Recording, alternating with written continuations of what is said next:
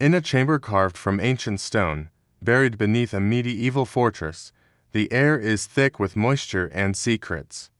Along the far wall, beneath the amber glow of a dying torch, something grotesquely beautiful stands. At first glance, it appears to be armor ornate, curved, forged with intention, but its dimensions are unmistakable. It was not crafted for a soldier. It was not forged for defense. It was built for a woman. Its iron edges follow the softness of feminine form.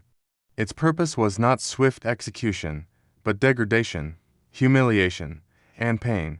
The device does not kill immediately. It lingers, prolongs suffering for hours, sometimes days, using the body as canvas, and a message sent not only to the victim, but to all who watched. This was not justice. It was theater, a macabre performance designed to remind every woman that her body did not belong to her, that obedience meant survival, and silence was her only refuge. These devices forged by men, sanctioned by faith, and fueled by fear tell a deeper story than iron and flames. They reveal how cruelty can be justified, how suffering can be masked as morality. To understand how a device could be created specifically to torment women, we must first comprehend the world that allowed it. Indeed, demanded it. The medieval context, a world built on control. Medieval Europe was not governed by logic or fairness. It was dominated by doctrine, by fear, and by a hierarchy where women were placed firmly at the bottom. According to religious teaching, woman was not merely man's companion, but his burden. She was seen as spiritually weak, morally unstable, and dangerously connected to the physical world. And worst of all, her very body was believed to be a gateway to sin. Eve's original transgression in the Garden of Eden cast a long, damning shadow. Her defiance, her hunger for knowledge was reinterpreted not as mistake, but as betrayal. And from that betrayal, logic followed its course. If woman could fall, she must be watched. If she could tempt, she must be restrained. Feudal law did little to protect women. Instead, it upheld a system where obedience was expected and deviation punished, often brutally. A man might face a fine for violence. A woman might face the lash, a branding, or worse. Her crime was speaking, dressing improperly, refusing marriage, or simply being accused of immorality by a jealous neighbor or spurned husband. Female sexuality, any hint of independence, was a threat not only to a man's honor, but to the structure of divine order itself. In this climate, torture devices became more than instruments. They became tools of spiritual and social control. The breast ripper, mutilation as message among the many devices used to punish and control women in the medieval world, few were as horrific and symbolic as the breast ripper.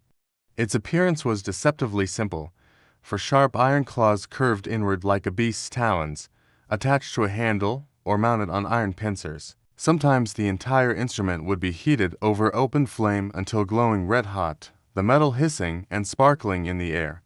Then it would be clamped directly onto a woman's breast and torn away. This was not metaphor. Flesh was ripped from bone, nerves, muscle, skin all lacerated in a single motion. The pain was unimaginable, the damage often fatal. If the woman survived the initial mutilation, she typically died from blood loss or infection shortly after. But in many cases, death was not the immediate goal. The purpose was terror, shame, a lesson for the crowd, because this was done publicly. Accusations of adultery, heresy, or witchcraft often led to the breast ripper. Women accused by jealous husbands, suspicious neighbors, or corrupt priests were dragged to town squares, stripped to the waist, bound to wooden stakes, and forced to stand beneath the gaze of a community they once called home. Historical references come from 14th century Germany, where local chronicles describe the execution of a woman accused of poisoning her husband. As part of her sentence, her breasts were torn away before she was hanged. But this was not just about pain, it was about symbolism. The womb gives life, the breast sustains it. To mutilate the breast was to defile the sacred, transforming the very organs of nurture into objects of shame. This punishment sent a chilling message: a woman's power, her ability to give love, to bring life, to nourish, could be turned against her. The pair of anguish, internal destruction. But what if pain was not enough? What if her suffering had to come from within, hidden, silent, invisible until it was too late? Then came the pair of anguish. It was small, almost delicate, a hollow metal bulb, smooth on the outside, pear-shaped. But at the turn of a screw, it opened like a flower. Slowly, silently, its petals spread wide. What began as an object that could fit in the palm of a hand became a cruel mechanism of internal destruction. This was the pair of anguish. It was not used on thieves or soldiers. It was not designed to break bones or spill blood, at least not at first. It was reserved for those whose crimes could not be seen: women accused of abortion, of sleeping with other women, of speaking too boldly, of refusing a man's advances, or simply of sinning in ways that left no bruises. There were different versions, some inserted into the mouth, others into the vagina or rectum. But when used against women, it most often targeted the womb or the voice. Once inserted, the crank would be turned slowly, forcing the metal to expand inside soft flesh. The tearing began silently. The screams came after. It did not always kill. In fact, it often left the victim alive, but destroyed. A woman might survive only to be rendered infertile, or she might never speak clearly again. The goal was not just pain.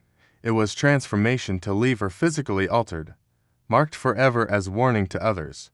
The iron corset, a prison disguised as clothing. But some women did not scream. Some resisted.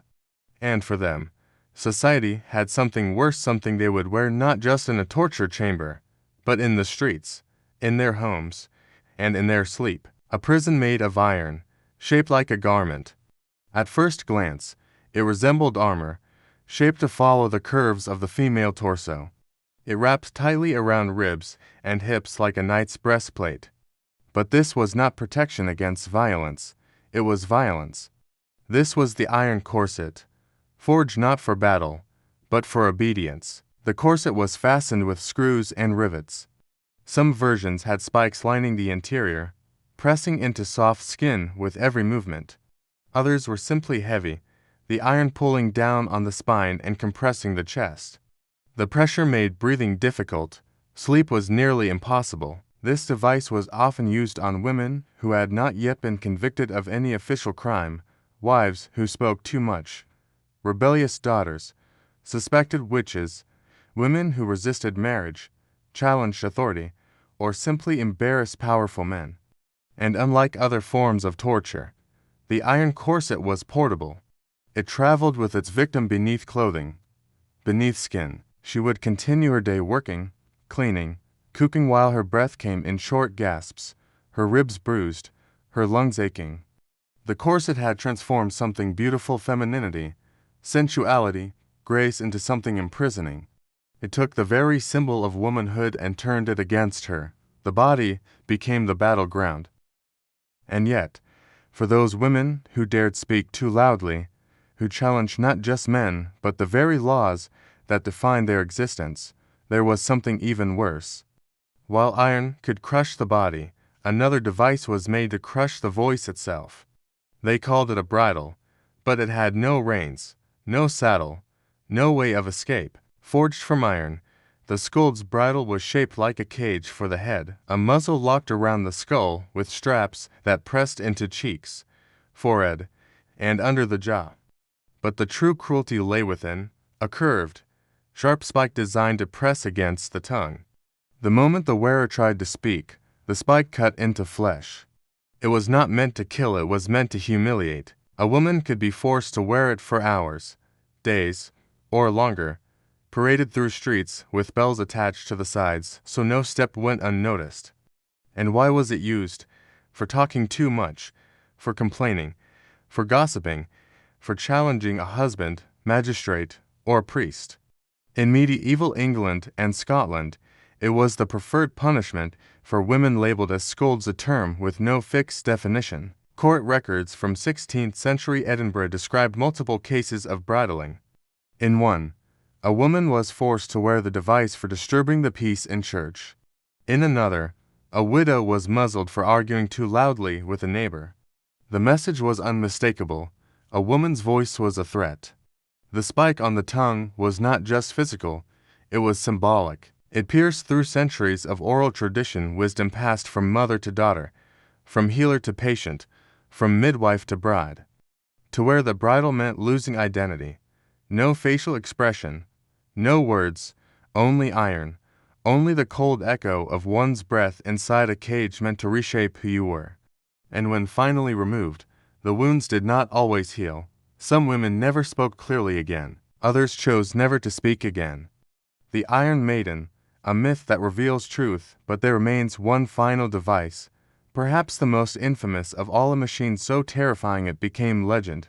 But what if that legend was a lie?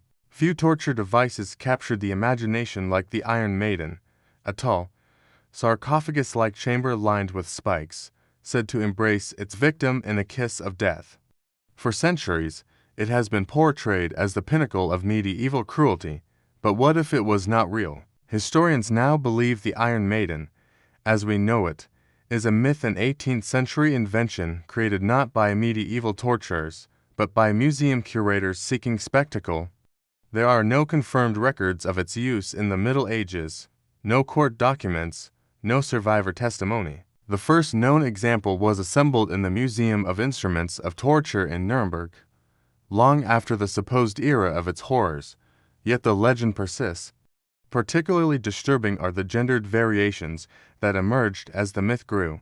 Female Iron Maidens, devices shaped with exaggerated curves, breasts molded into the metal, the internal spikes positioned with obscene precision. These appeared in paintings, exhibitions, and sordid fiction.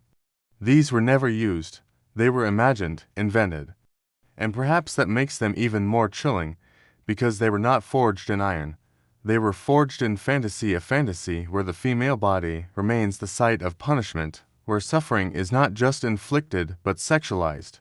What does it say about us that we invented a torture device just to imagine women inside it? Some museums still display these objects, knowing full well they are fabrications. Some tour guides still whisper tales of maidens crushed within. The myth survives because it feeds something darker than truth. It feeds the idea that women deserve to be punished not just for what they do, but for what they are. Fiction becomes memory. Myth becomes history. The deeper truth, yet beneath the falsehood lies a deeper truth. Society never needed the Iron Maiden because it already had real devices, real pain, real women whose suffering needed no embellishment. These devices did not spring from madness. They were designed, sanctioned, and implemented by systems that believed their use was necessary. They were not tools of random cruelty, but instruments of control. And they were aimed with cold precision at women. Every spike, every chain, every twisted screw was meant to send a message that the female body was not sacred, not sovereign, not safe. That obedience was survival, and silence was virtue. The breast ripper, the pair of anguish, the iron corset, the bridle, these were not just punishments. They were performances, public rituals designed to strip not just flesh, but identity, dignity, and spirit from women deemed unruly. Yet they are rarely remembered, reduced to footnotes in textbooks, disguised as curiosities in museums, or rewritten entirely into myths like the Iron Maiden. But we must ask, what does it say about a society that invents devices just to break women? And more importantly, if we forget these tools, do we also forget the women they silenced?